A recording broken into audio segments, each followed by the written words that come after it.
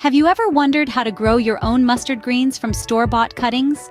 Mustard greens are not only delicious, but also packed with nutrients.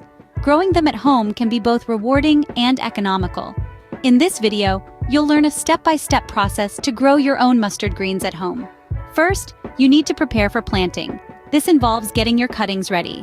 When picking mustard green cuttings at the store, look for vibrant, healthy leaves.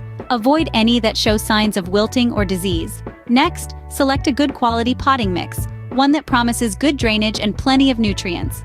And don't forget to choose the right pot or garden bed. It should have enough space for your greens to grow. Once you have your cuttings, potting mix, and pot ready, you can start the planting process. Planting mustard greens isn't complicated. Let me guide you through the process.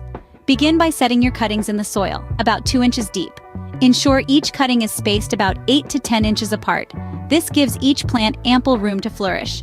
Initially, water them generously, ensuring the soil is thoroughly moist but not waterlogged. This initial hydration sets the stage for robust growth. After planting, it's crucial to provide proper care to your mustard greens.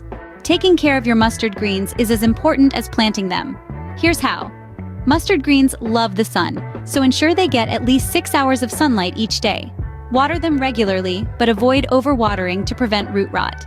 A balanced fertilizer can be beneficial for their growth. Be vigilant for common pests like aphids and diseases such as black rot. Using organic pesticides and practicing crop rotation can help prevent these. With proper care, your mustard greens will flourish and provide you with fresh, healthy greens. Growing mustard greens from store-bought cuttings is a rewarding experience. Remember, prepare, plant, and care. It's as simple as that.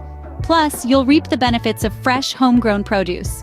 If you found this video helpful, remember to like it and subscribe to our channel for more gardening tips. Happy gardening!